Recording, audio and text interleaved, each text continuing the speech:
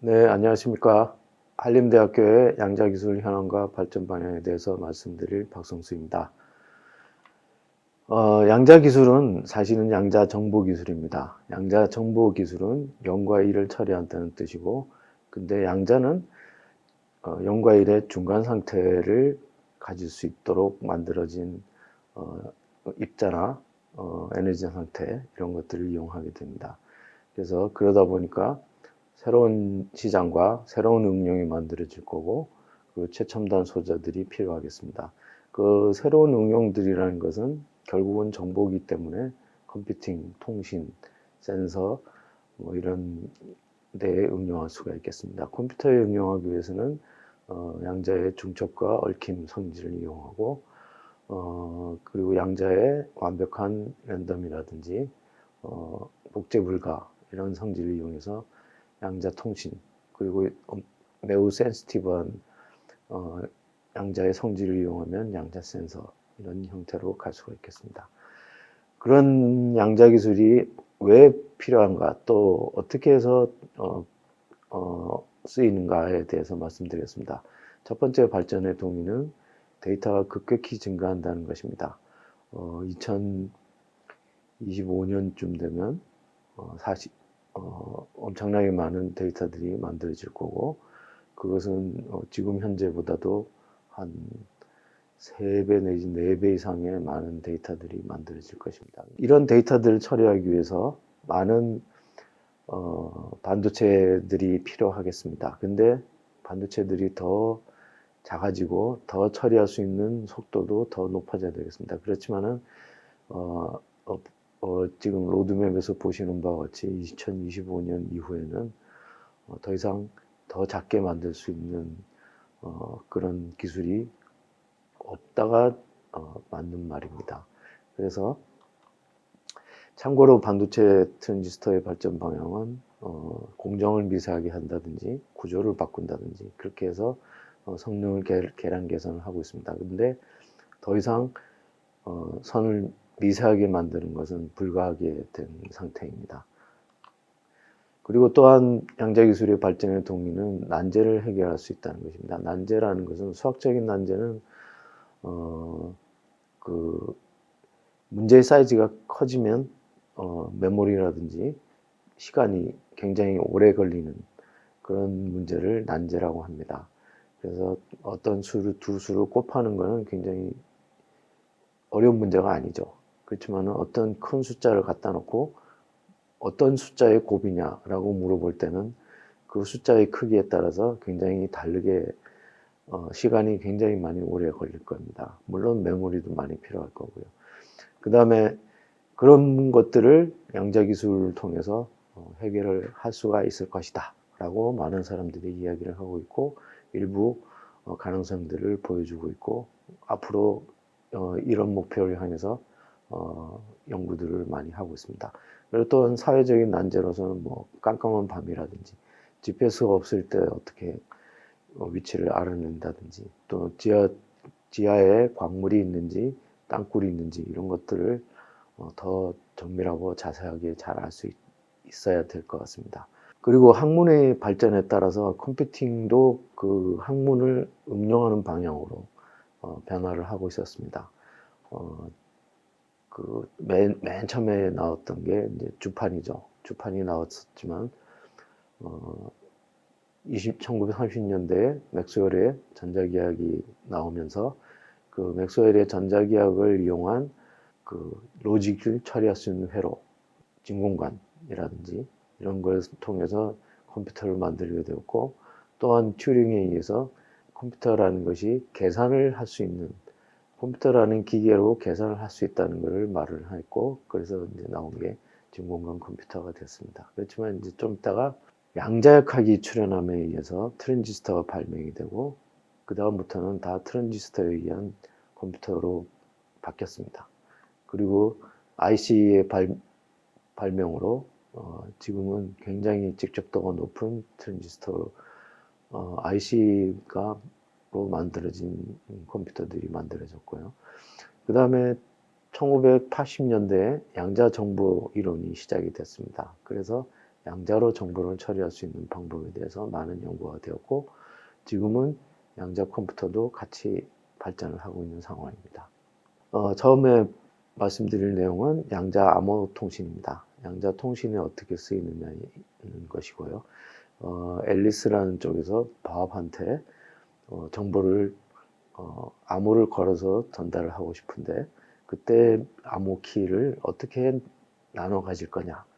그러니까 같은 암호 키를 나눠 가지는 방법이 되었습니다. 그게 1984년도에 BB84라는 프로토콜에 의해서 만들어졌고 그 이후에 2000년대 초반에 실제로 장비가 만들어졌고 한국도 2010년대쯤에 장비가 만들어졌고 지금은 작년까지 한국 내에 테스트 베드가 완성이 되어 있습니다. 그 정도로 양자암호 통신은 굉장히 많은 응용과 발전을 해왔습니다. 그리고 이렇게 된 배경에는 아까 시메트릭한 대칭성이 있는 그 암호를 걸 때랑 풀 때 암호가 같은 암호인데 그런 걸 대칭 암호라고 합니다. 하지만 많이 쓰이고 있는 건 비대칭 암호이긴 합니다. 비대칭 암호는 많은 용도가 있기 때문에 많이 쓰이고 있지만은 계산의 어려움에 근거하고 있습니다. 그래서 계산의 어려움은 양자 컴퓨터로도 깰 수 있다는 게 증명이 됐고 앞으로 양자 컴퓨터로 이 비대칭 암호는 깨질 전망입니다. 그래서 지금 쓰고 있는 양자 암호 통신에서 쓰고 있는 대칭 키 암호는 QKD와 키 매니지먼트 시스템 이런 거를 통해서 가능한 것으로 되어 있고 실제로 지금 응용을 하고 있습니다. 그래서 BB84의 최초의 논문은 저 두 분에 의해서 84년도에 되었고요. 실증도 92년도에 이렇게 실증을 하였고 지금은 중국이 북경과 상해까지 2000km를 연결을 해서 자기네가 만든 자기는 중국산 장비로만 가지고 만들어서 많은 발전을 이룩해냈습니다. 미국도 월스트리트와 뉴저지 백오피스 간에 양자암호 서비스를 하고 있는 상황이고 한국도 SK텔레콤이 만들어서 실제로 한국 내에도 사용되고 있습니다. 그리고 이런 유선 양자암호의 발전 방향은 그 북경에서부터 상해까지 길게 이렇게 연결되어 있는 것이 네트워킹이 될 수 있도록 그런 방향으로 발전을 하고 있습니다. 그래서 지금 국내에도 만들어진 테스트 베드도 이런 형태의 네트워킹이 가능한 형태를 또 해볼 수 있도록 만들어 놨습니다. 그렇지만 이제 지금 아까 보신 바와 같이 모두 큰 장비입니다. 그래서 많은 장소에서 쓰이게 하기 위해서는 칩으로 만들어야 됩니다. 최근에는 이렇게 칩으로 만드는 기술들을 연구를 하고 있고 실제로 송신칩의 연구의 경우는 표에서 보듯이 굉장히 많은 그룹에서 연구들을 하고 있는 상황입니다. 그리고 또 이런 파이버를 통한 유선 양자암호뿐만 아니라 무선 양자암호 통신도 많은 연구를 하고 있는데 그 중에서도 특히 위성으로 해서 많은 양자암호 통신에 대해서도 실험을 여러 나라들이 하고 있습니다. 중국이 북경에서부터 상해까지 2000km를 깐 이후에 양자 암호 위성까지 발사를 하고 그래서 앞으로는 그 중국에서는 뭐 이렇게 양자암호로 연결하고 위성을 통해서도 음영 지역까지 다 커버를 하겠다 이런 야심찬 생각을 갖고 있습니다. 그 실제로 지금 그 이후에 2016년도에 중국이 양자암호 위성을 쐈습니다. 그 이후에 지금 어느 정도까지 되어 있냐면 유선 양자암호 그 백본은 지금 2000km가 아니고 4000km까지 연장이 되었고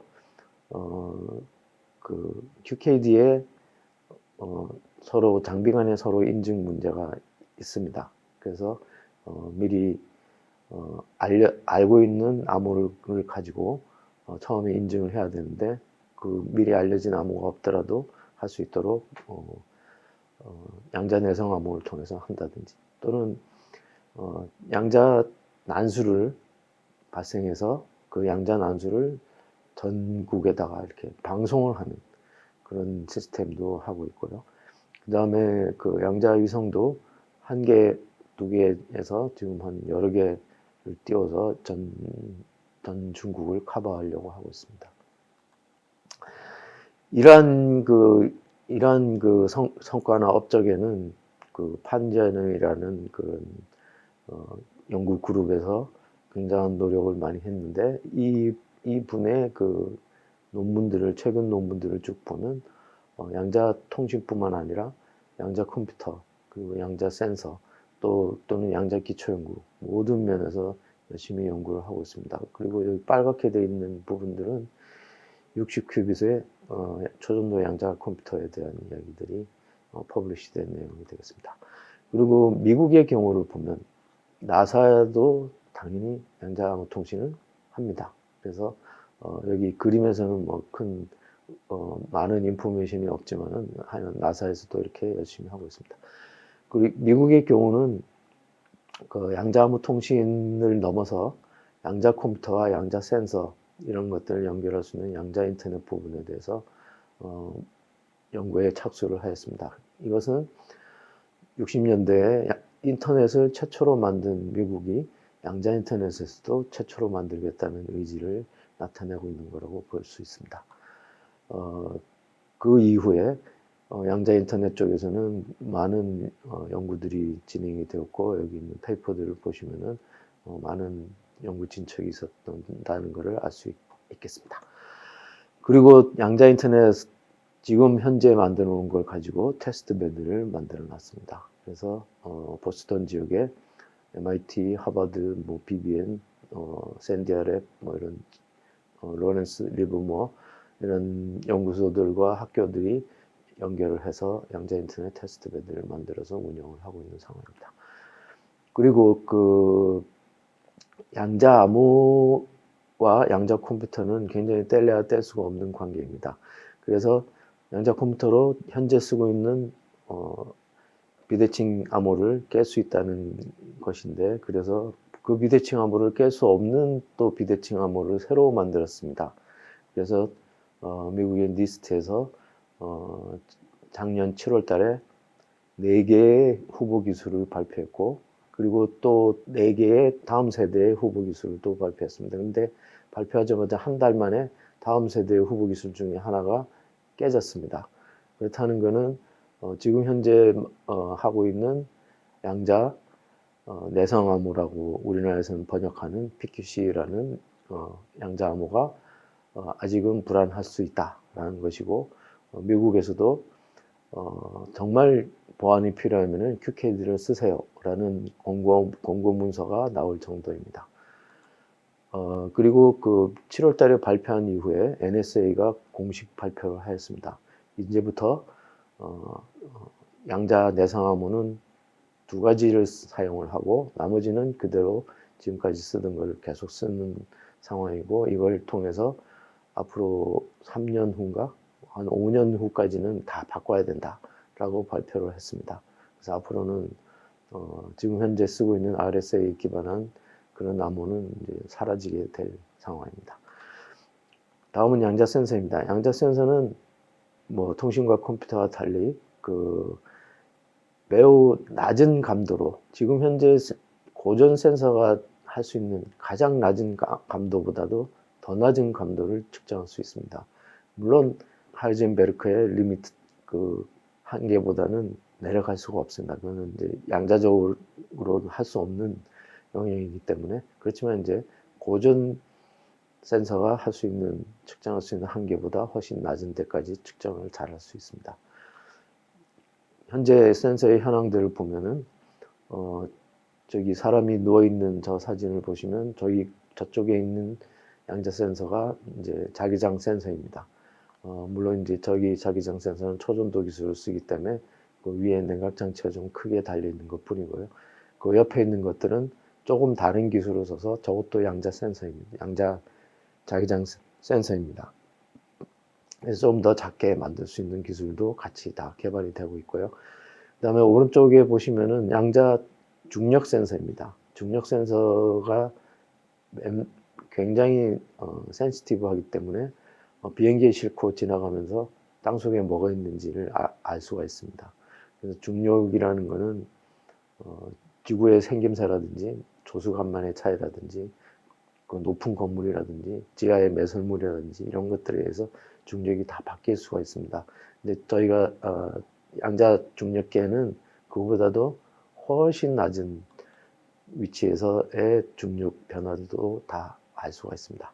그래서 왼쪽에 양자 센서의 성능들을 보시면은 그 지하철이 지나가고 뭐 지하에 물이 있고 위에 건물이 있고 뭐 이런 것들에 대해서 쭉 양자 센서로 스캔을 하면은 위에 있는 그림처럼 다 볼 수가 있는 것이죠. 그리고 양자 센서 중에 양자 라이다입니다. 양자 라이다는 보시는 오른쪽에 보시는 것과 같이 45km 떨어진 거리에서 그냥 망원경을 보면 미세먼지 때문에 하나도 안 보일 텐데 양자 라이다로 하면 그 그림처럼 건물의 모양이 보입니다. 또 양자 라이다 같은 걸 써서 대기에 있는 미세먼지의 양을 실시간으로 측정할 수 있습니다. 직접적으로 실시간으로 측정한다는 것은 좀 다른 이야기죠. 그래서 이런 걸 측정할 수 있도록 연구들을 하고 있고, 그다음에 오른쪽에 보시면은 오른쪽 위에 그림이 원자시계입니다. 손톱만한 원자시계입니다. 실제로 원자시계는 장비로서 굉장히 벌키합니다. 그렇지만 이제 그걸 더 계량 계산해서 오른쪽처럼 뭐 25센트짜리 동전만하게 만들어서 사용을 하고 있고, 그 전력 소비도 획기적으로 줄이고, 그 시간의 정확도는 뭐 한 오도 정도 낮긴 하지만 충분히 사용할 수 있는 정도가 되고 있습니다. 그리고 양자 센서의 경우는 기존의 센서보다 성능이 훨씬 뛰어넘기 때문에 기존의 센서가 많이 필요로 하는 분야들, 토목, 그 다음에 의료, 그 다음에 국방, 이런 쪽에 있는 기존의 그런 큰 사업을 하는 그런 업체들이 양자 센서가 개발이 되면 갖다가 쓰겠다 하고 많은 이 기업들이 참여를 하고 있습니다. 수요 기업으로서 실제로 연구를 하기도 하고요. 그래서 센서가 개발이 되면 이런 기업들이 나서서 쓸 수 있는 시장은 항상 열려 있다라고 보시면 되겠습니다. 다음은 양자 컴퓨터입니다. 양자 컴퓨터는 왼쪽에 보시는 바와 같이 저는 이온큐의 이온트랩 양자 컴퓨터고, 오른쪽에 보시는 거는 IBM의 5큐빗짜리 서비스하고 있는 양자 컴퓨터입니다. 지금은 저 컴퓨터로 서비스를 하지 않지만은 최초로 서비스는 저 컴퓨터로 했습니다. 그래서 큐빗이 5개 있고 5개의 큐빗을 가지고 서킷 오퍼레이션을 할 수가 있습니다.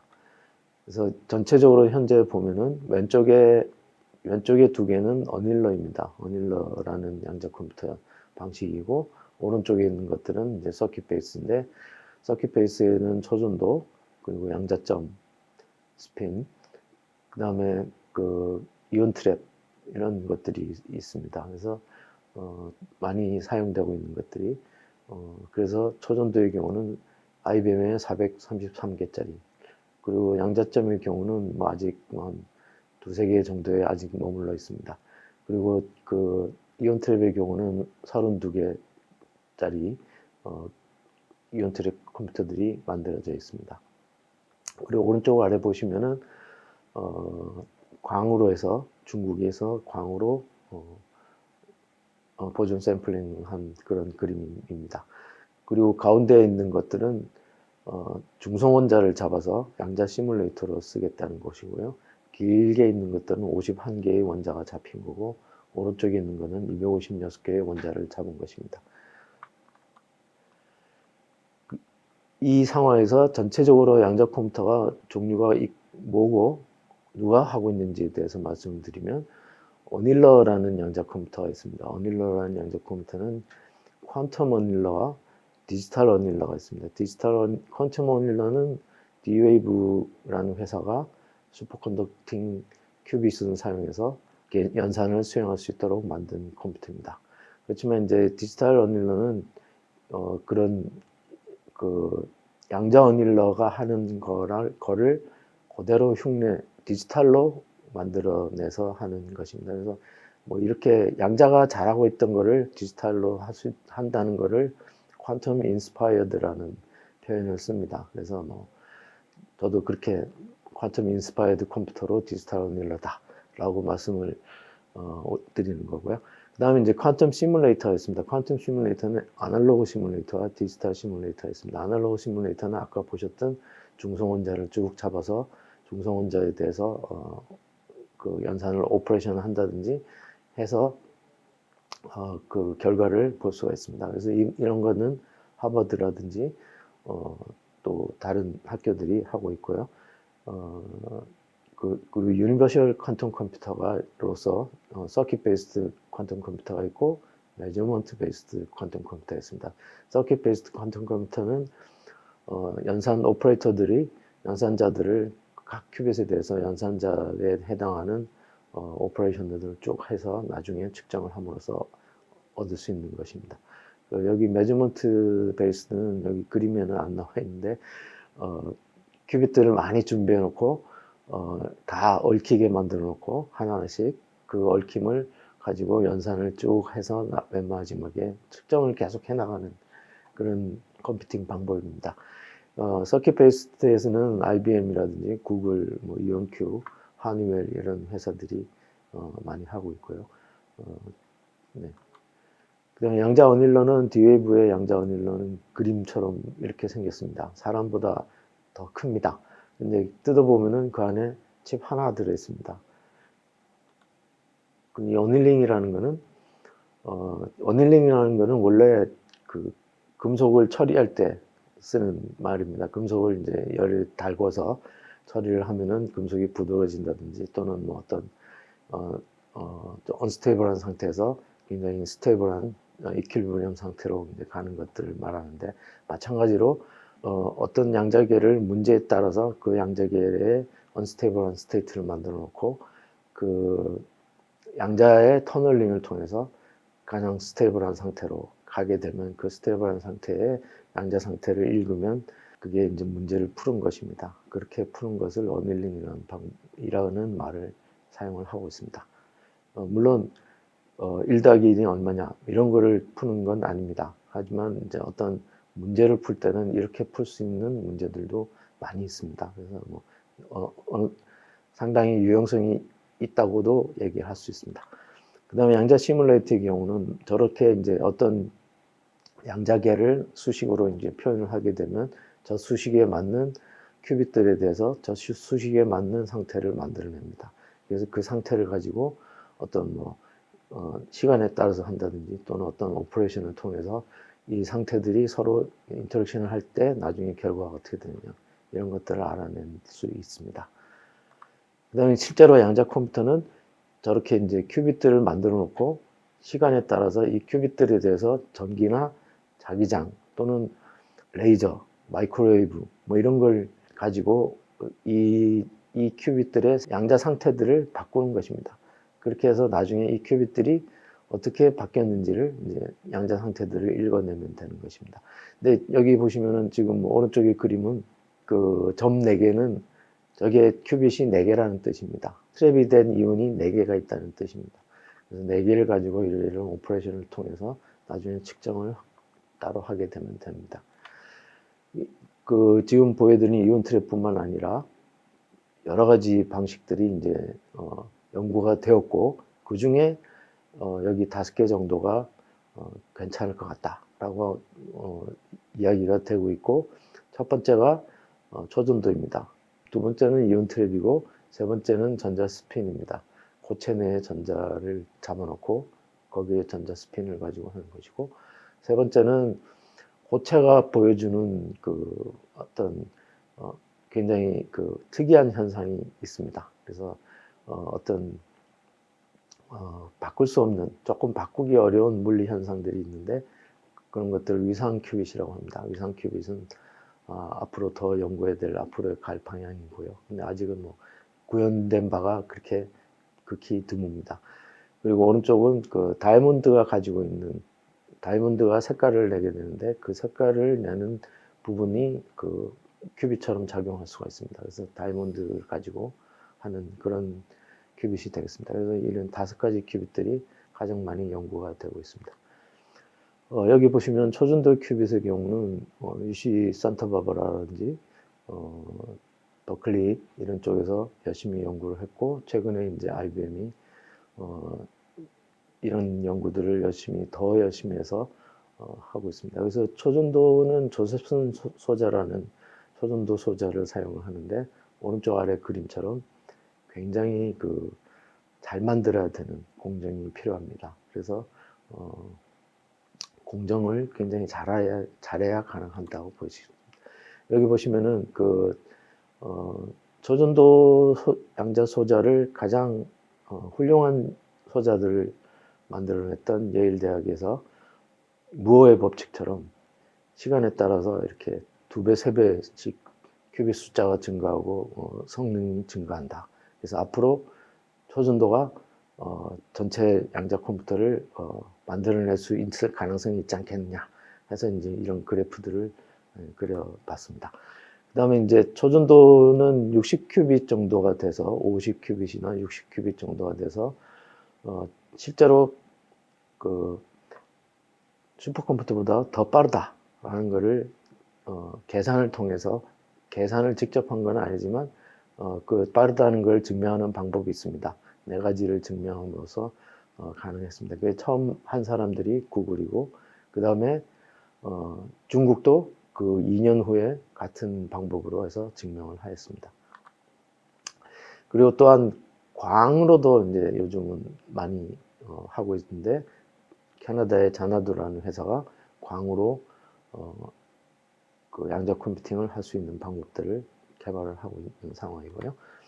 그 다음에 이제 아까 메저먼트 베이스입니다. 그거와 다른 것들을 좀 합해서 이제 했는데, 이분들은 퓨전이라고 얘기를 하고 있는데, 사이퀀텀이라는 회사가 또 실제로는 광으로 하고 있습니다. 그래서 광으로 해서 양자 컴퓨터가 이제 만들어질 예정으로 되어 있습니다. 그래서 지금까지 만들어 놓은 양자 컴퓨터를 보면은 한 400개 정도 큐빗이 제일 많습니다. 그렇지만 도대체 양자 컴퓨터를 제대로 쓰려면 몇 큐빗이 필요하겠냐라는 것을 봤을 때 한 50개 정도면 양자 우월성이 가능합니다. 그렇지만은 한 소인수 분해를 한다든지 또는 암호를 깬다든지 이럴 때는 100만 개, 1000만 개가 필요합니다. 그래서 앞으로 100만 개, 1000만 개를 할 수 있는 그런 기반 기술들이 더 개발이 돼야 될 걸로 보여집니다. 그리고 양자 컴퓨팅 알고리즘 자체도 정말로 빨라지느냐라는 거에 대해서 많은 사람들이 계속 증명을 하려고 노력들을 하고 있습니다. 여러 가지 양자 컴퓨팅 알고리즘들이 개발이 되고 있고, 그 중에 쇼의 알고리즘은 굉장히 지수함수적으로 빠르다라는 게 증명이 되어 있지만은, 다른 것들은 아직은 또 더 증명을 해야 되는 상황입니다. 그래서 이런 것들이 더 증명이 되면 양자 컴퓨터의 활용 범위가 훨씬 더 커질 걸로 보여집니다. 그리고 고전 컴퓨팅과 양자 알고리즘의 발전에 대한 비교 그림은 다음과 같습니다. 한번 살펴보시면 되겠습니다. 그리고 양자 컴퓨터는 지금까지 만들어 놓은 것 자체는 400개 정도, 100개에서 400개 그 정도입니다. 그래서 그런 걸 가지고 쭉 앞으로 어떻게 발전할 거냐를 이렇게 금을 그어 봤습니다. 그리고 실제로 어디까지 발전을 해야 되느냐, 100만 개, 1000만 개까지 만들어져야 되고, 그때 되면은 폴트 톨러런트 퀀텀 컴퓨터가 돼야 됩니다. 그걸 위해서 여러 가지 일들을 해야 되는데, 도전적인 일들을 지금부터 30년 동안 해야 됩니다. 그렇게 생각이 되고 있습니다. 그 다음에 이제 지금까지 현재 만들어 놓은 걸 가지고 IBM에서는 이런 네모박스 1개씩들이 다 양자 컴퓨터들입니다. IBM은 사용료를 받고 저 양자 컴퓨터들을 모두 다 쓸 수 있도록 해주고 있습니다. 이 TP는 청균관대에서 국내 대학에 서비스를 해주고 있는 IBM의 양자 컴퓨터들이 다음과 같이 이렇게 쭉 있습니다. 그리고 성균관대에서 이온큐에 대한 양자 컴퓨터도 같이 서비스를 하고 있습니다. 그러면 아까 보셨듯이 그러면 RSA 암호, 지금 비대칭 키에 의한 RSA 암호가 언제쯤 해독이 될 거냐 해서 지금까지 나온 로드맵과 지금까지 나온 업적들을 가지고 쭉 금을 그어 보니까 2040년, 빠르면 한 2040년, 앞으로 얼마 안 남았습니다.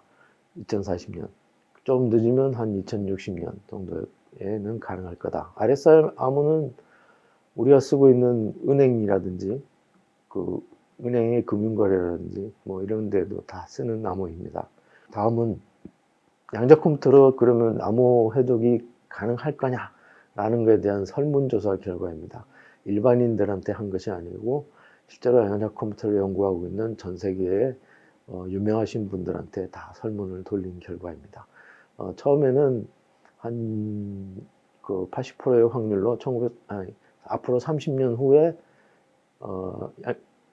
RSA 암호를 깰 수 있는 양자 컴퓨터가 나타날 거냐라는 것에 대해서 처음에는 한 40% 정도가 그럴 것이다 그랬는데 지금은 60% 정도의 전문가들이 그럴 것이다 라고 이야기를 하고 있습니다. 그래서 앞으로 30년에서 40년 되면은 실제로 암호를 깰 수 있는 양자 컴퓨터가 만들어질 걸로 보여집니다. 이 장표는 마이크로소프트가 굉장히 오래전에 이야기한 내용이고 이 이야기한 내용은 지금도 그대로 유효합니다. 그래서 양자 컴퓨터를 가지고 어디다 제대로 쓸 거냐, 암호학의 발전을 위한다든지 또는 양자 시뮬레이션, 그 다음에 최적화 문제를 푼다든지 그리고 무엇보다도 양자 인공지능의 기계학습에 이제 사용할 수가 있겠습니다.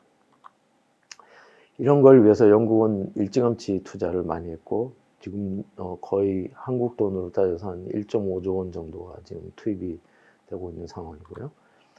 미국도 1918년도 12월 달에 투자를 위해서 법률을 제정을 했고 최근에는 저기 오른쪽 그림에서 보듯이 1년에 1조 원씩 집어넣고 있습니다. 엄청난 미국의 이 양자 분야를 잘 추진하기 위해서 엄청난 예산들을 쏟아붓고 있습니다. 그 양자 컴퓨터뿐만 아니라 통신, 센서, 그리고 기초형 학문까지도 쭉 해서 다 열심히 하고 있습니다. 그 결과 미국의 학교, 웬만한 굉장히 잘하는 학교, 그리고 연구소들, 그 다음에 육해공군 연구소, 그리고 또 굉장히 특화되어 있는 광이라든지 또 그래핀이라든지 또는 위상 큐빅 이런 쪽에 특화되어 있는 그런 연구들을 쭉 하고 있는 미국 전체의 양자 다이어그램입니다. 그래서 보시면은 영국의 NSF가 양자 파운드리라는 이 파운드리는 뭐 제작을 위한 파운드리도 맞고 기초가 된다는 그런 형태도 생각되겠습니다. 왼쪽에 보시는 거는 위상 큐빗을 앞으로 제작할 수 있는 파운드리를 여기다 구축을 하겠다는 거고 오른쪽은 2D 머티리얼을 가지고 큐빗을 만드는 것을 여기서 구축을 하겠다는 것입니다. 그리고 미국에는 초전도 칩을 만들어주는 파운드리가 있습니다. IBM도 있고요. 그 다음에 여기에 비비엔 레이시옹이라는 회사가 초전도 큐빗을 만들어 줍니다. 그리고 미국 샌디아랩도 이온트랩 파운드리를 만들어서 이온트랩을 위한 칩을 만들어 줄 수 있습니다. 그리고 양자 팹을 포함해서 물론 반도체를 다 커버하는 팹입니다만 미국의 NY 크리에이트라는 그런 올바니에 있는 양자 팹입니다. 양자 팹은 반도체 팹인데 양자도 다 처리할 수 있는 굉장히 훌륭한 팹이고 이 팹을 위해서 많은 회사들이 출자를 한다든지 장비를 대여한다든지 그런 걸 통해서 이제 한 상황입니다. 이건 넘어가겠습니다. 그리고 미국의 경우는 모든 양자를 하는 대학, 양자를 하는 기업, 그리고 양자를 하는 연구소, 그리고 심지어는 양자 관련된 학회들까지 다 모여서 앞으로 어떻게 더 잘할 거고 어떤 문제를 더 해결해야 되고 뭐 이런 일들을 하는 모임과 단체를 만들었습니다.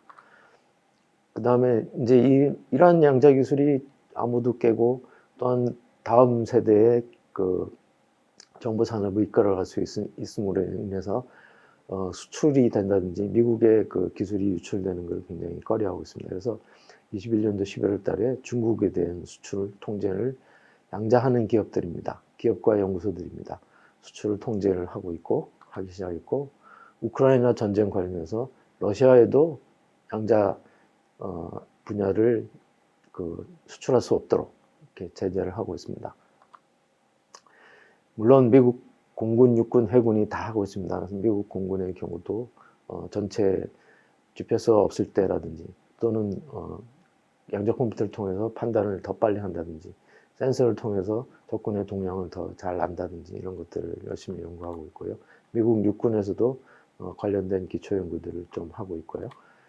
이런 것들은 미국의 달파라는 프로그램에서 굉장히 기초부터 응용까지 쭉 다 하고 있습니다. 그리고 실제로 소프트웨어까지 건드려서 이제 열심히 국방 연구를 열심히 하고 있는 상황이고요.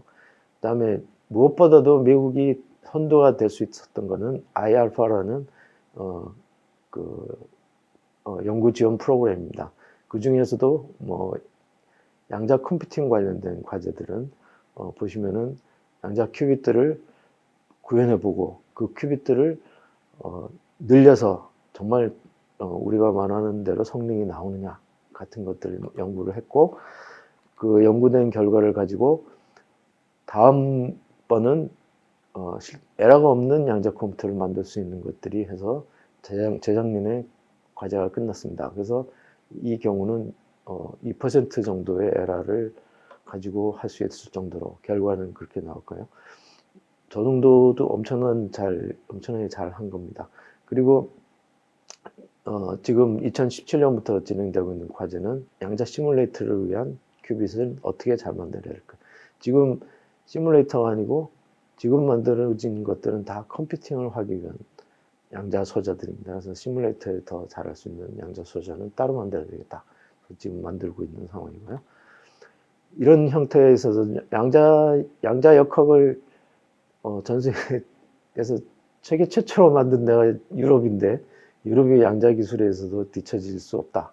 이런 생각에 의해서 많은 투자들을 하였고, 지금 현재는 그 플래그십뿐만 아니라 유로QCI라든지 뭐 또 유로센스, 그 다음에 유로 HPC 이런 프로그램들을 통해서 양자 분야의 연구들을 더 확대를 하고 있습니다.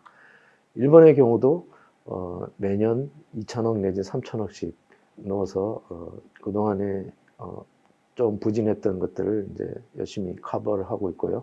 최근에는 초전도 큐빗으로 60개 정도의 큐빗을 만들어서 그 안정화 작업을 하고 있는 상황이고요. 일본의 경우는 그 초전도 큐빗을 쿠퍼페어라는 초전도 큐빗을 세계 최초로 만들었습니다. 그래서 잘 하는 데였는데 이제는 60개 정도 만들 정도로 상당히 진보한 상태로 되어 있습니다. 한국도 그동안에 여러 가지 많은 사람들의 노력에 의해서 이런 기본 계획이 만들어졌고요. 또 많은 기업들과 대학, 연구소 등이 참여하는 미래양자 용업 포럼이 21년도에 발족됐고 지금은 한 100개가 넘는 기관들이 참여를 하고 있습니다. 그리고 또 그 연구자들을 대학들을 지원하기 위해서 성균관대는 양자정보연구지원센터에서 다음과 같은 일들을 하고 있고요. 그리고 현재 있는 주요 기관의 들을 보면은 연구소들뿐만 아니라 표준화하기 위한 TTA라든지 니아, 그 다음에 통신사, 그리고 학교들, 메이저 학교들은 대부분 다 들어와 있고요. 그 다음에 기업들을 보면은 기업이 별로 없을 것 같은데 기업은 상당히 제법 있습니다. 그래서 왜냐하면 양자 암호통신은 지금 상용화까지 가 있기 때문에 1차 상용화죠. 상용화까지 가 있기 때문에 많은 기업들이 같이 들어와서 일을 하고 있고요. 그 다음에 센서들은 이제 센서를 하겠다는 기업들이 이제 벤처들이 조금씩 생겨나고 있고요. 그 다음에 맨 밑에 있는 줄은 다 양자 컴퓨터 하겠다는 기업들입니다. 삼성이나 LG전자, 현대자동차, 포스코, 뭐 보령제약 뭐 이런 대기업뿐만 아니라 새로 만들어지는 그 벤처 기업들도 있습니다. 그리고 무엇보다도 이건 전 세계에서 우리나라가 제일 처음 하고 있는 것입니다. 양자암호 통신을 국가에 대한 국가 보안 인증을 시작을 하려고 거의 준비가 돼 있고요. 그 올해 정도에 시작할 수도 있을지도 모릅니다. 그리고 양자암호 통신 서비스가 KT, SKT, LGU 플러스 뭐 해서 다 서비스가 출시가 된 상태입니다. 그래서 아마 기업 대상으로 이제 서비스를 할 예정이 하고 있는 상황인데요. 기업들이 주요 커스터머가 될 것입니다. 그리고 미국이 하고 있는 그 양자 인터넷에 대해서도 우리나라에서도 양자 인터넷을 저런 로드맵을 가지고 개발을 하고 있습니다. 그래서 유선 인터넷, 유선 양자 인터넷, 무선 양자 인터넷, 그리고 그 양자 인터넷을 하기 위해서 꼭 필요한 양자 메모리 과제가 3개가 이렇게 구성되어 있습니다. 그리고 또 50개 정도가 되는 양자 컴퓨터를 만들어야 되겠다 해서 50개짜리 양자 컴퓨터들이 2026년까지 만들어질 예정으로 되어 있습니다. 그리고 이런 일들을 다 잘하기 위해서 양자 인력 양성이 꼭 필요합니다. 그래서 2030년 정도까지 박사급 인력을 180명 정도를 배출할 수 있는 프로그램이 돌고 있고, 고려대를 비롯하여 여러 대학교 그리고 연구소, 기업들이 참여해서 인력 양성을 하고 있습니다. 그리고 또 한국이 잘 하고 있는 것들 중에 또 표준화를 열심히 잘하고 있습니다. 그래서 미국 전기기술협회죠, IEC에 대해서 양자정보 백서를 21년도 10월 달에 발간했고, 여기에는 한국이 의장이 한국입니다. 그리고 또 그 백서의 결과물로 어떻게 이제 기술위원회를 만들 것인가에 대해서 조사를 하는 그 위원회가 만들어졌습니다. 이것은 한국 분들은 한 20여 분 정도밖에 없고, 나머지 한 총 60명 이상은 외국 전문가들이 참여해서 이제 같이 하고 있는데, 이것도 물론 한국의 의장입니다. 그래서 이렇게 열심히 하고 있고요. 여기까지 해서 전체적으로 양자 기술이라는 게 어떻게 발전해왔고 앞으로 어디까지 가야 되는지, 그리고 한국은 거기서 어떤 역할들을 하고 있는지에 대해서 말씀드렸습니다. 네, 감사합니다.